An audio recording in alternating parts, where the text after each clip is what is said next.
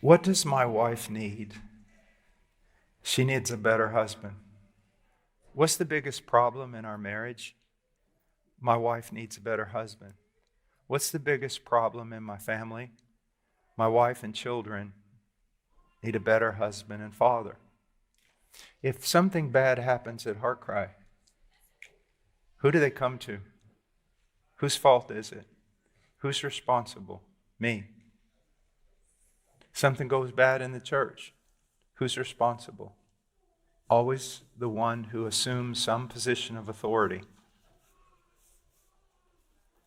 I have heard men say that they rightfully have neglected their family in some degree because of ministry. Do you know what those men are doing? They're accusing God.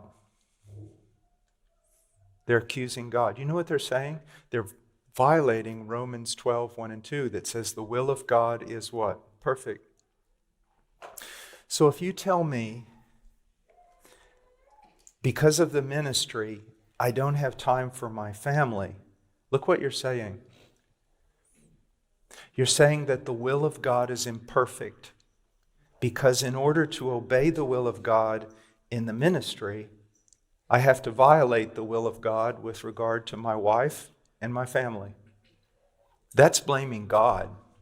That's nothing heroic or sacrificial. That's blaming God. And that's demonstrating that your real intention is not to be obedient.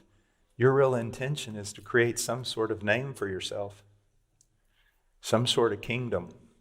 Or maybe God just needs your help. You see, we're only required to be obedient. Okay? Now, some of you wives right now, you just want to put a proverbial elbow right into the ribs of your husband and say something like this: why can't you be like that man? Here's the answer I'm going to give you. Look at her and say, that man's not even like that man. But I do see this as a reality, and I do repent.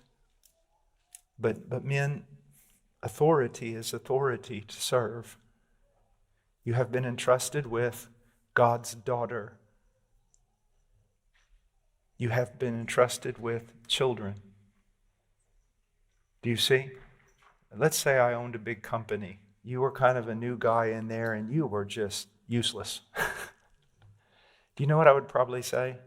Look, to my upper management, I'd say, yeah, he's useless, but he's young. Let's invest in him. Let's have some mercy. Let's keep him on. Now let's change the scenario. 75% of all the sales in my company come from you. You're a hotshot. You're amazing. But you also happen to be married to my daughter. You're neglecting her and mistreating you. I'm going to shoot you, hang you in a tree, and let the news spread that no one does something like that to my daughter. Well, you're going to lose all the sales. I don't care. It's my daughter. Your wife, if she is a believing wife, is far more important to God. He doesn't need you to manage his company. He doesn't need your sales. He doesn't need whatever you think that you're giving. God is calling us to a life of obedience. A life of obedience.